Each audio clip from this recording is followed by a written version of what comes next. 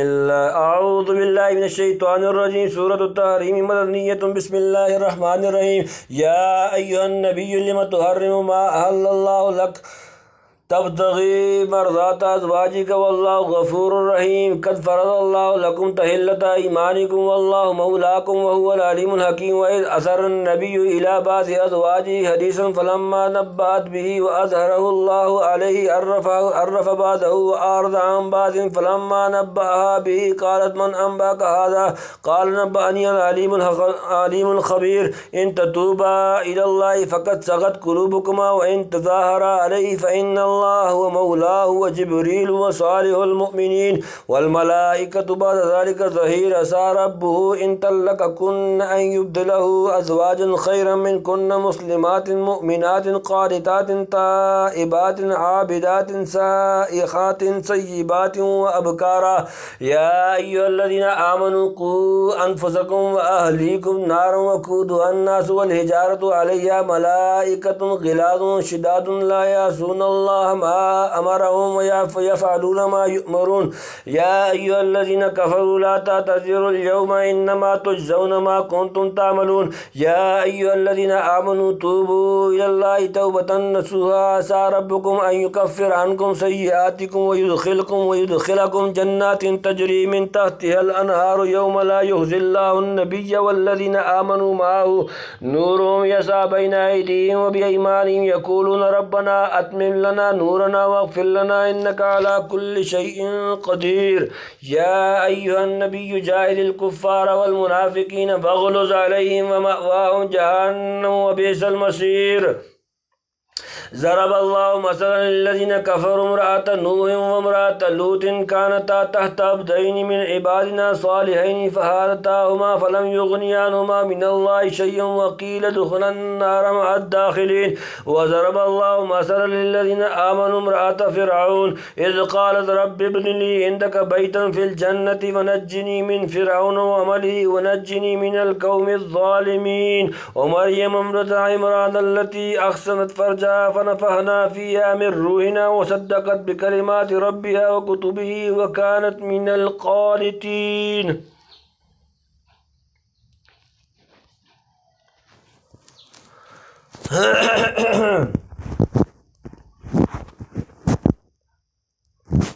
بسم اللہ الرحمن الرحیم یا ایھا النبی لم تحرم ما احل اللہ لک تبتغی مرضات ازواجک واللہ غفور رحیم. یا ایھا النبی اے نبی صلی اللہ علیہ وسلم لم تحرم کیوں آپ حرام قرار دیتے ہیں ما احل اللہ جو حلال کی اللہ نے لکا آپ کے لیے تبتغی آپ چاہتے ہیں مرضات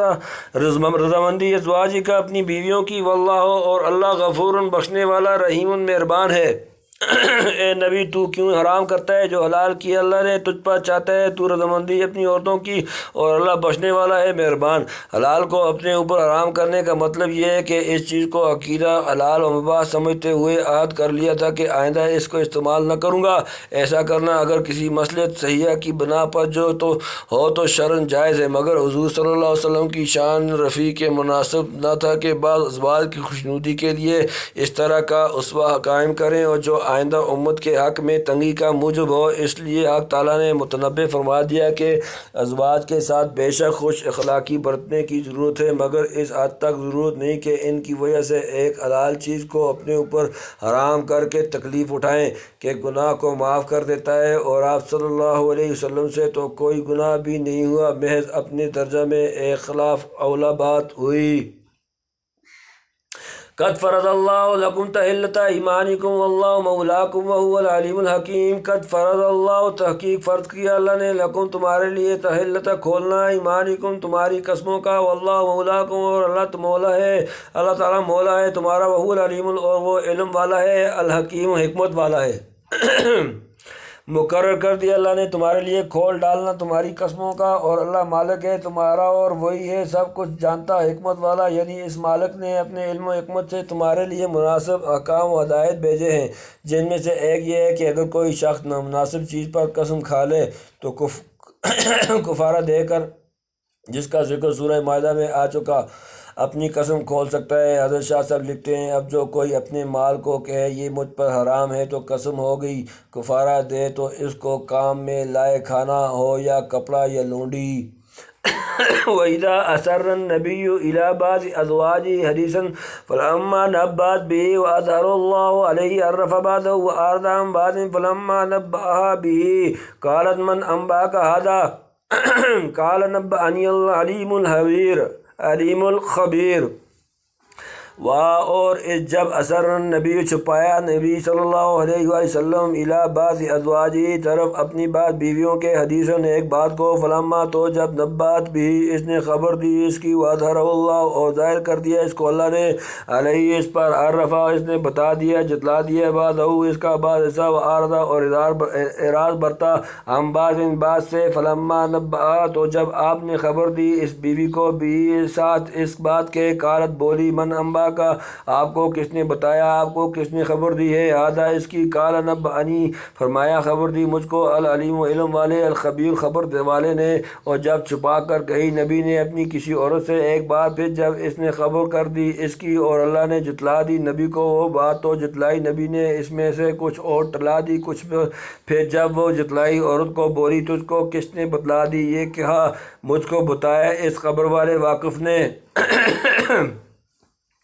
شروع سے صورت میں ہم شہد کا اور ماریہ قبطیہ کا قصہ لکھ چکے ہیں۔ اس آیت میں بتلا دیا کہ بندے ایک بات کو چھپانے کی کتنی کوشش کریں، اللہ جب ظاہر کرنا چاہے تو ہرگز مخفی نہیں رہ سکتی۔ نیز نبی کریم صلی اللہ علیہ وآلہ وسلم کے حسن معاشرت اور وسعت اخلاق کا اس سے ثبوت ملتا ہے کہ آپ خلاف طبع کارروائیوں پر کس قدر تساہل اور اغماض برتتے اور کس طرح عذرائے عفو و کرم بعض باتوں کو ٹلا جاتے تھے، گویا شکایت کے موقع پر بھی پورا الزام نہ دیتے تھے۔ موضع القرآن میں ہے کہ بعض کہتے ہیں اس ماریہ قبطیہ کا موقوف کرنا، آپ صلی اللہ علیہ وسلم نے حضرت حفصہ سے کہا اور کسی کو خبر کرنے سے منع کیا، اور اس کے ساتھ کچھ اور بات بھی کہی تھی، انہوں نے حضرت عائشہ کو سب خبر کر دی کیونکہ دونوں باتوں میں دونوں کا مطلب تھا۔ پھر وہی سے معلوم کر کے حضرت صلی اللہ علیہ وسلم نے بی بی حفصہ کو حرم کی بات کا الزام دیا اور دوسری بات ذکر میں نہ لائے۔ وہ دوسری بات کیا تھی؟ شاید یہ تھی کہ تیرا باپ عائشہ کے باپ کے بعد خلیفہ ہوگا۔ الغیب عند اللہ، جو بات اللہ اور رسول نے اطلاع دی ہم کیا جانیں، اسی واسطے اطلاع دی کہ بے ضرورت چرچا نہ ہو تاکہ اور لوگ برا نہ مانیں۔ یہ مضمون خلافت کا بعض ضعیف روایات میں آیا ہے جسے بعض علماء شیعہ نے بھی تسلیم کیا ہے۔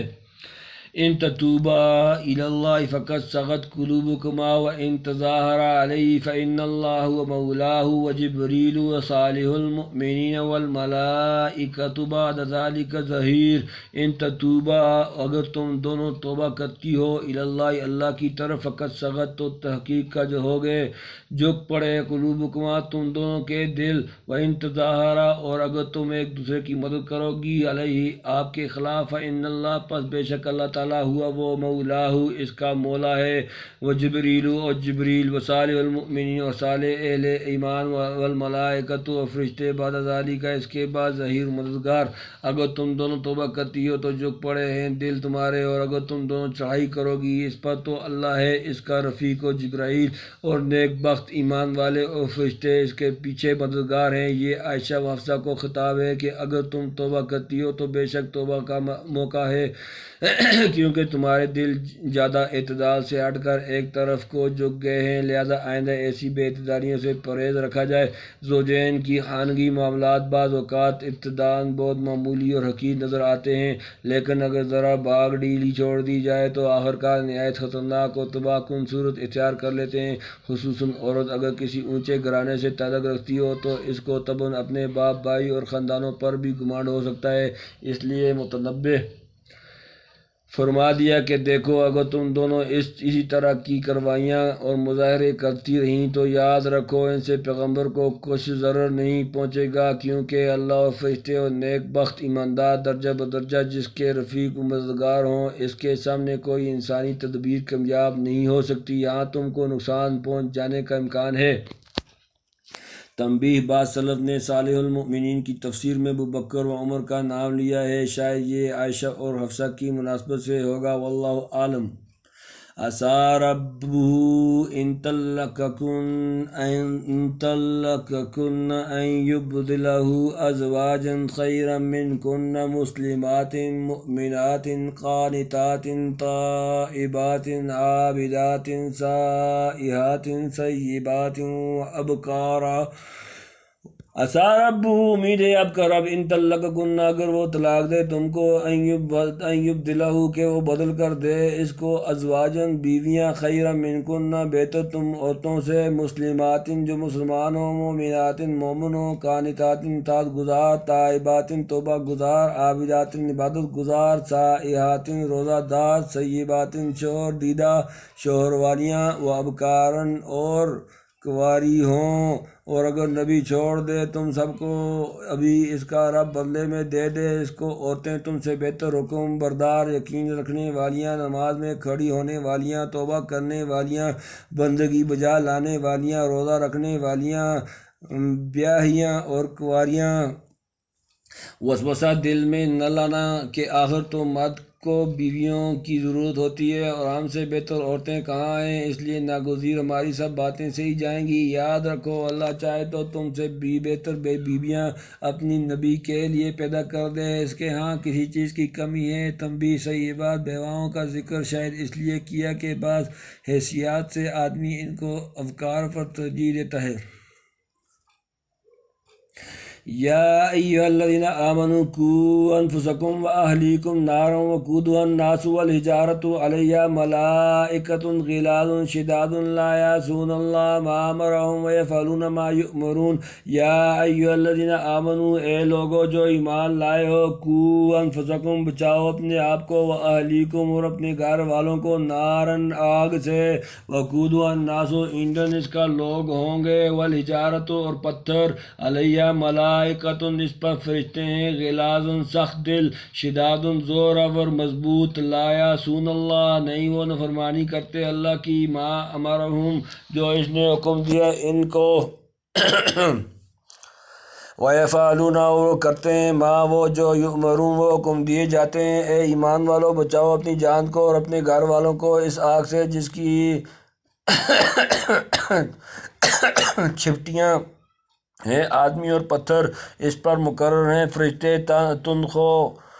زبردست نافرمانی نہیں کرتے اللہ کی جو بات فرمائے ان کو اور وہی کام کرتے ہیں جو ان کو حکم ہو۔ ہر مسلمان کو لازمی ہے کہ اپنے ساتھ اپنے گھر والوں کو بھی دین کی راہ پر چلائے سمجھا کر ڈرا کر پیار سے مارے بار سے جس طرح ہو سکے دیندار بنانے کی کوشش کرے۔ اس پر بھی اگر وہ رائے راست پر نہ آئیں تو ان کی کم بختی یہ بے قصور ہے۔ یا ایھا الذین آمنوا قوا انفسکم واہلیکم نارا وقودها الناس والحجارۃ۔ سورۃ نمبر 66 سورۃ التحریم آیت نمبر 6 کی تفسیر پارہ الف لام میم کے شروع میں گزر چکی۔ یعنی مجرموں کو نہ رحم کھا کر چھوڑیں نہ ان کی زبردست گرفت سے کوئی چھوٹ کر بھاگ سکے، یعنی نہ حکم الہی کی خلاف ورزی کرتے ہیں نہ اس کے احکام بجا لانے میں سستی اور دیر ہوتی ہے نہ امتثال حکم سے عاجز ہیں۔ یا ایھا الذین کفروا لا تعتذروا اليوم انما تجزون ما کنتم تعملون۔ یا ایھا الذین کفروا اے لوگو جنہوں نے کفر کیا لا تعتذروا نہ تم معذرت کرو اليوم آج کے دن انما تجزون بے شک تم جزا دیے جا رہے ہو ما کنتم جو تھے تم تعملون تم عمل کرتے۔ اے منکر ہونے والو مت بہانے بدلاؤ آج کے دن وہی بدلہ پاؤ گے جو تم کرتے ہو، یعنی قیامت کے دن جب جہنم کا عذاب سامنے ہوگا اس وقت منکروں سے کہا جائے گا کہ ہیلے بہانے مت بتلاؤ آج کوئی بہانے چلنے والا نہیں بلکہ جو کچھ کرتے تھے اس کی پوری سزا بھگتنے کا دن ہے۔ ہماری طرف سے کوئی ظلم زیادتی نہیں تمہارے ہی اعمال ہیں جو عذاب کی صورت میں نظر آ رہے ہیں۔ یا ایھا الذین آمنوا توبوا الی اللہ توبۃ نصوحا عسیٰ ربکم ان یکفر عنکم سیئاتکم ویدخلکم جنات تجری من تحتها الانہار یوم لا یخزی اللہ النبی والذین آمنوا معہ نورهم یسعی بین ایدیہم وبایمانہم یقولون ربنا اتمم لنا نورنا واغفر لنا انک علی کل شیء قدیر۔ یا ایھا الذین آمنوا اے لوگو جو ایمان لائے ہو وتوبوا الی اللہ، توبہ کرو اللہ کی طرف، توبۃ توبہ نصوحا خالص، عسیٰ ربکم، امید ہے کہ تمہارا رب ان یکفر دور کر دے گا، عنکم تم سے، سیئاتکم تمہاری برائیاں، ویدخلکم اور داخل کر دے گا، جنات باغوں میں، تجری بہتی ہیں من سے تحتها الانہار ان کے نیچے نہریں، یوم جس دن لا یخزی اللہ نہ رسوا کرے گا اللہ النبی نبی صلی اللہ علیہ وآلہ وسلم والذین آمنوا اور ان لوگوں کو جو ایمان لائے، معہو اس کے ساتھ، نور یسعی ان کا نور دوڑ رہا ہوگا، بین درمیان ایدیہم ان کے دونوں ہاتھوں کے، ان کے آگے آگے، و بایمانہم اور ان کے دائیں بائیں ہاتھ، دائیں ہاتھ، یقولون وہ کہہ رہے ہوں گے ربنا اے ہمارے رب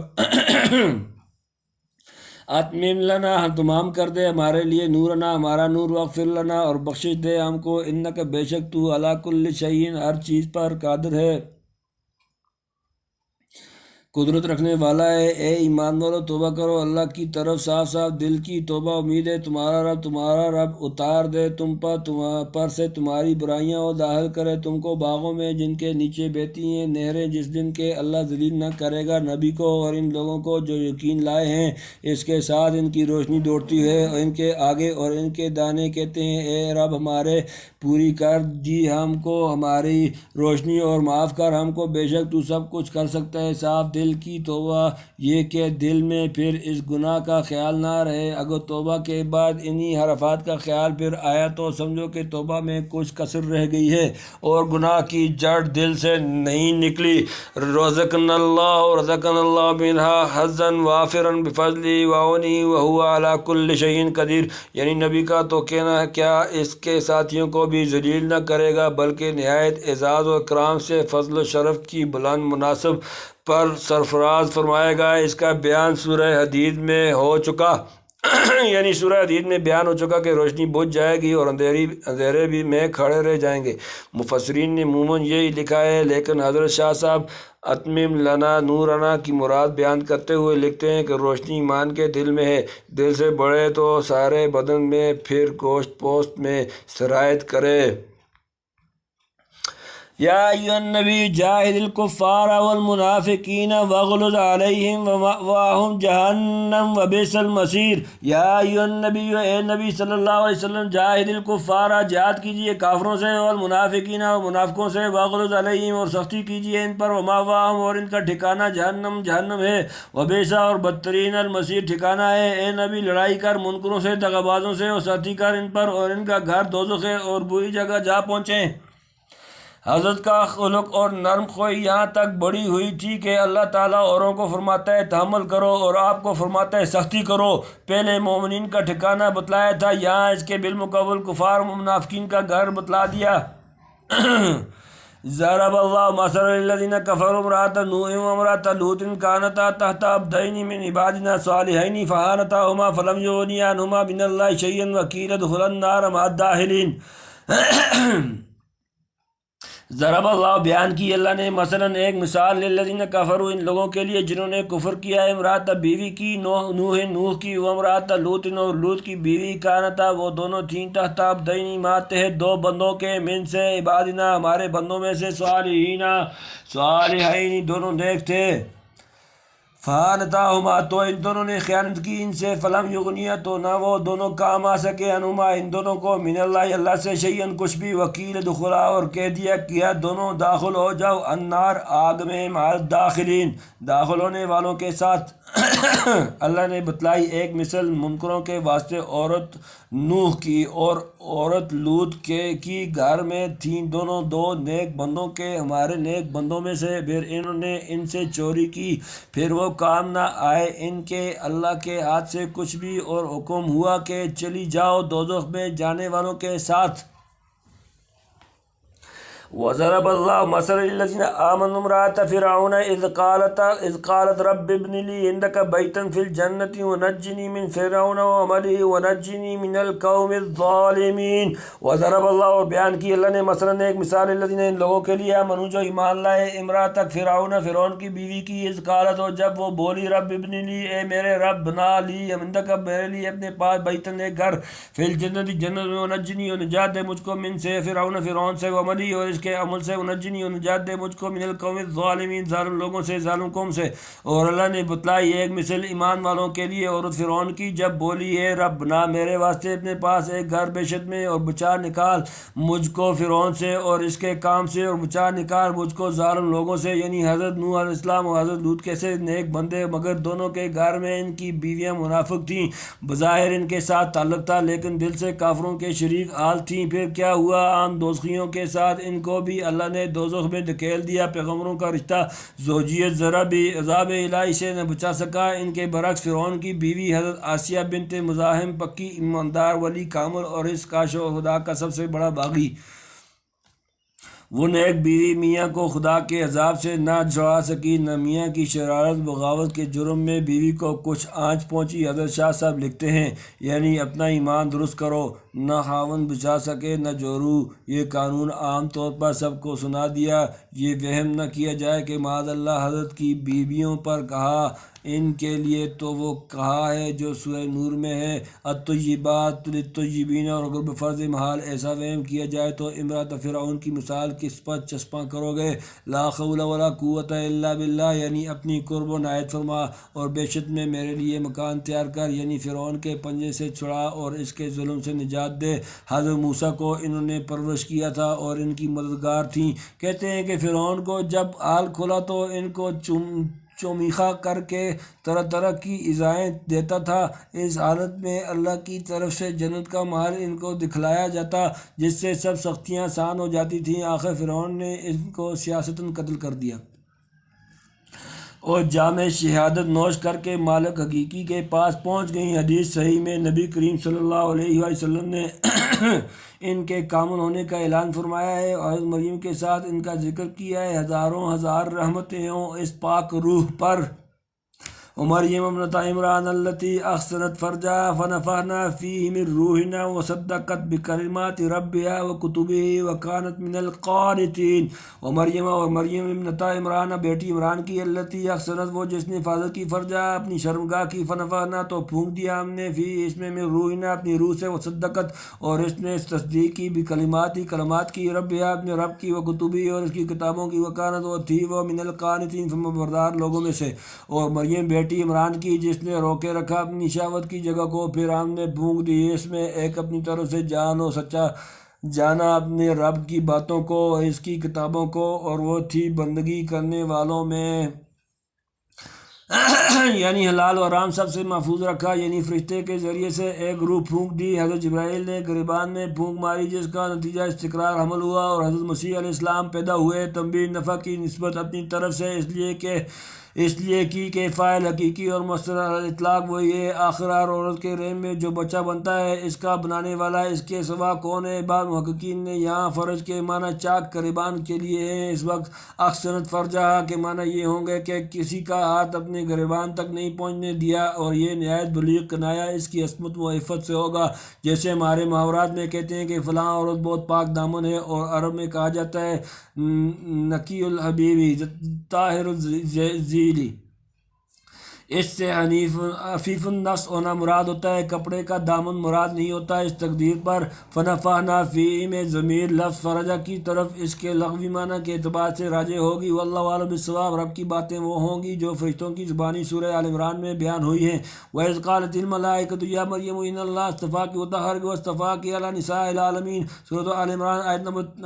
45۔ اور کتابوں سے عام کتب سماویہ مراد لی جائیں، تخصیص کی ضرورت نہیں، یعنی کامل مردوں کی طرح بندگی و اطاعت پر ثابت قدم تھی، یا یوں کہو کہ قانتین کے خاندان سے تھی۔ تم سورۃ التحریم وللہ الحمد والمنت وبہ التوفیق والعصمت۔